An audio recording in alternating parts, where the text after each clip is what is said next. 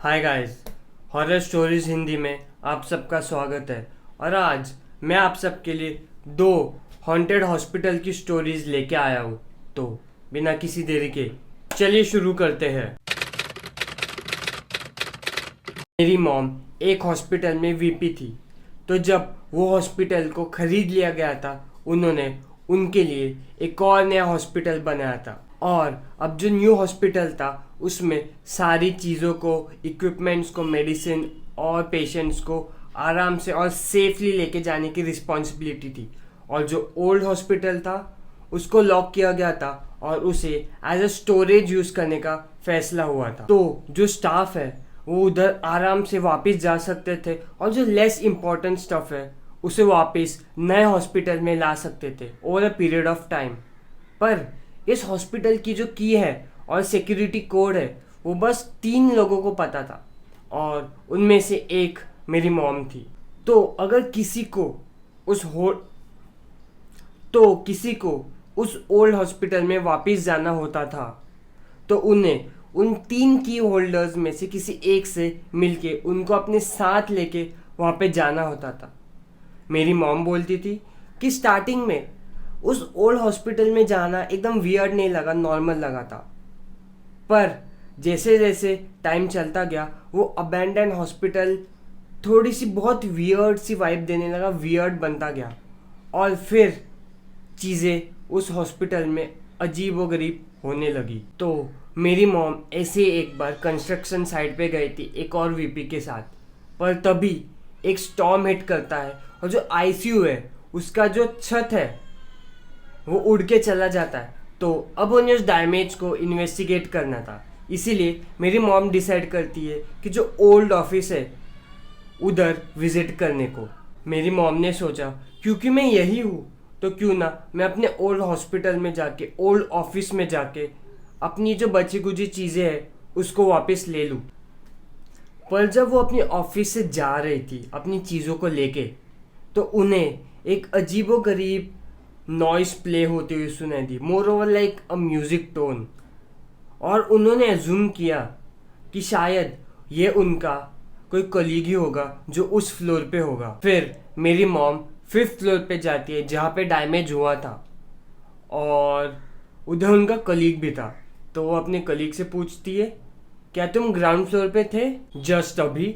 तो कलीग कहता है, नहीं, मैं ग्राउंड फ्लोर को विजिट ही नहीं करता हूँ, मैं सीधा 5th फ्लोर पे आता हूँ।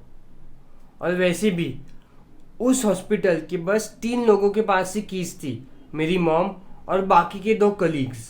ये जो बिल्डिंग थी ये हेवीली अलार्म थी। और जैसे मैंने कहा कि ये बिल्डिंग के बस 3 लोगों के पास ही चाबी थी। और जैसे मैंने कहा ये बिल्डिंग हेवीली अलार्म्ड है।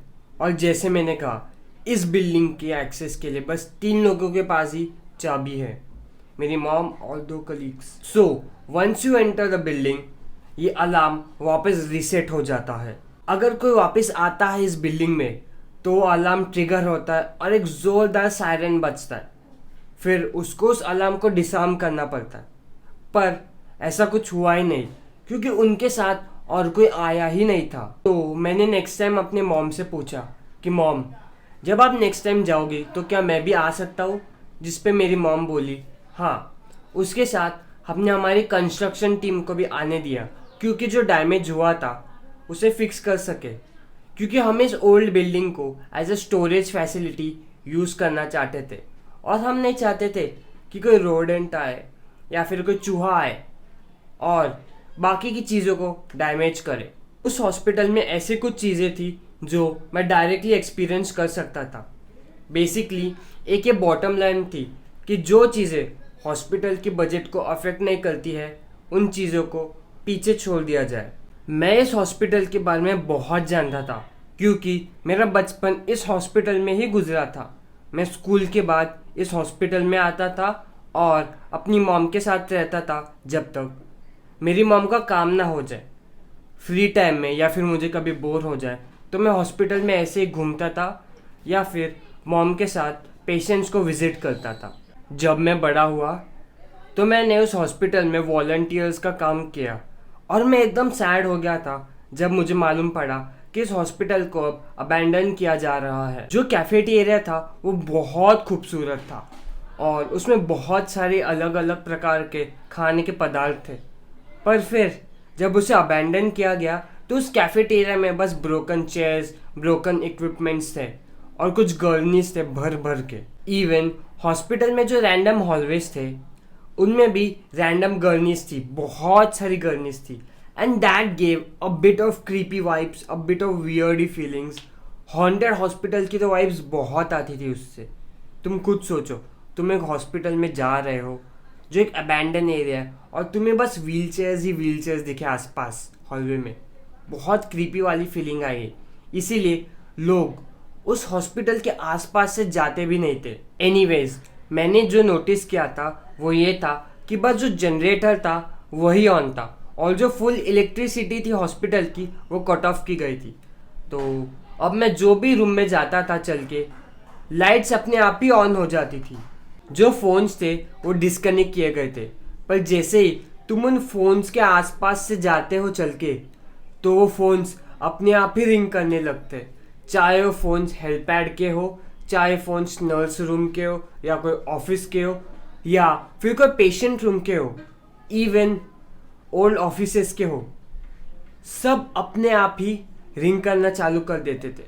कभी कभार तो अगर मैं एक विंग में हूँ तो उस विंग के नहीं पर दूसरे विंग के फोन्स अपने आप ही रिंग करना चालू कर देते थे। जहाँ तक बात है पेशेंट कॉल लाइट की, इन द सेंस कि ये कॉल लाइट्स होते हैं। अगर पेशेंट को कोई चीज़ की ज़रूरत पड़े तो पेशेंट बस उस स्विच को ऑन करता है और लाइट्स लग जाती है। फिर नर्स को मालूम पड़ता है, अरे ओके, सो पेशेंट्स नीड्स मी। तो तुम जब भी जाते थे पेशेंट कॉल लाइट्स अपने आप भी चालू हो जाती थी और उस रूम में, उस हॉस्पिटल में एक भी पेशेंट नहीं था, ना ही कोई बेड था। और ये कॉल लाइट्स अपने आप ऑन नहीं हो सकती, जैसे मैंने कहा इसके लिए एक पेशेंट लगता है जो मैन्युअली उस स्विच को ऑन कर दे। जहाँ तक बात है फार्मेसी अलार्म की, वो तो अपने आप ही चालू हो जाता था और बंद होने का नाम भी नहीं लेता था।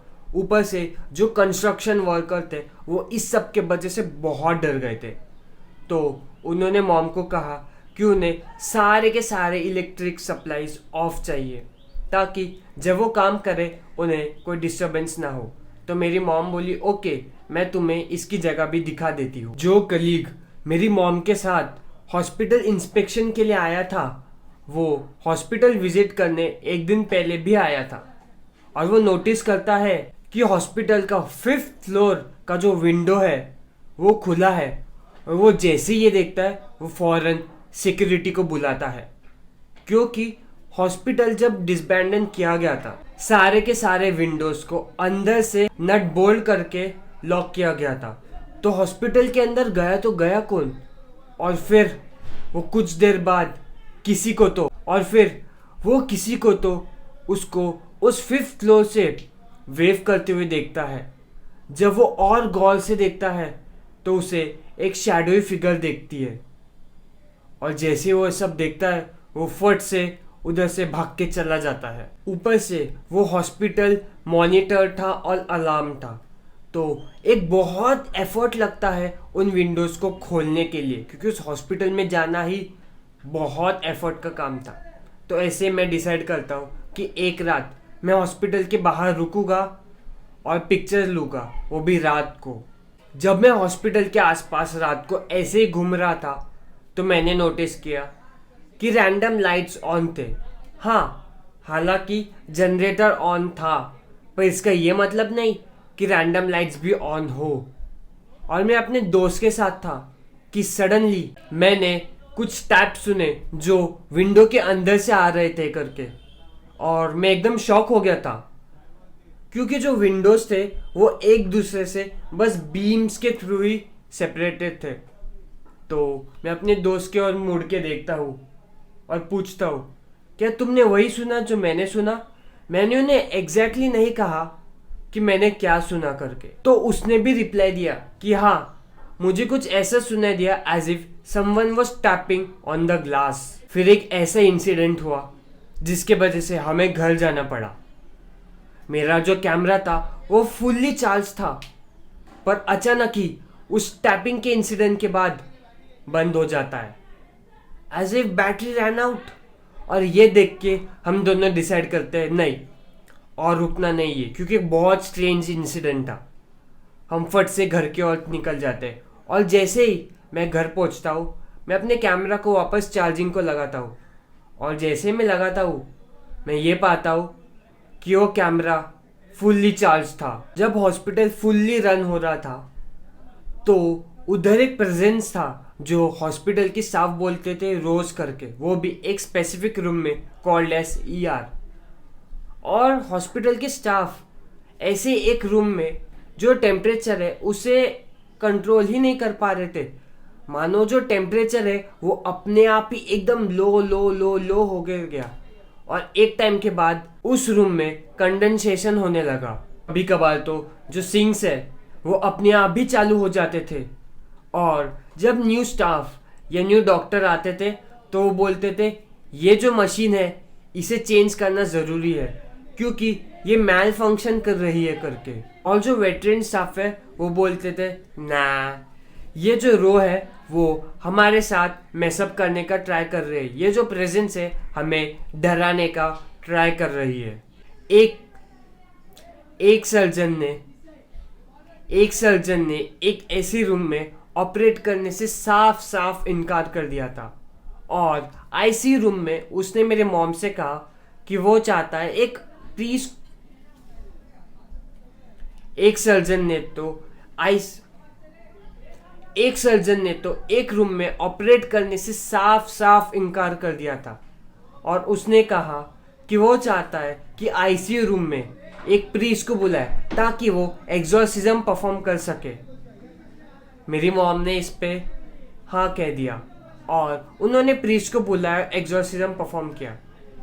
उस सर्जन को उसके बाद उस रूम में जाने को अच्छा लगा, he felt better, but their way other rooms जिसमें वो अभी भी जाने से साफ साफ इनकार करता है और डरता है।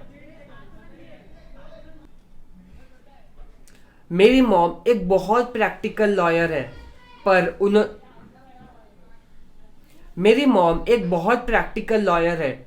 उन्होंने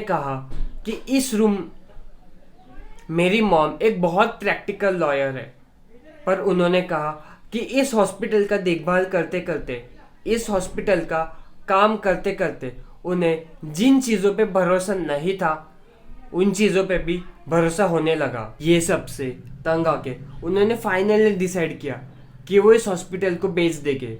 उनका इनिशियल बजट ये था कि वो इस हॉस्पिटल को 5 मिलियन में बेचेंगे, पर because this was an abandon hospital कोई इसे लेने को तैयार नहीं था। फिर कुछ सालों के बाद इस हॉस्पिटल को एक ओनर ने लिया, और उसने डिसाइड किया कि इस हॉस्पिटल को डेमोलिश किया जाए। जैसे ये हॉस्पिटल डेमोलिश हुआ, इस लैंड पे एक रेसिडेंशियल कॉम्प्लेक्स बनने लगा। एंड अब मैं ये सब देखता हूँ तो सोचता हूँ क्या ये सही है, क्योंकि इस हॉस्पिटल के अक्रॉस जस्ट थोड़े और आगे एक सेमेटरी है। तो जो भी इस रेसिडेंशियल कॉम्प्लेक्स में घर रेंट करना चाहता है, घर लेना चाहता है, well that's not a good idea. अगर मैं होता तो मैं कहता नो थैंक यू।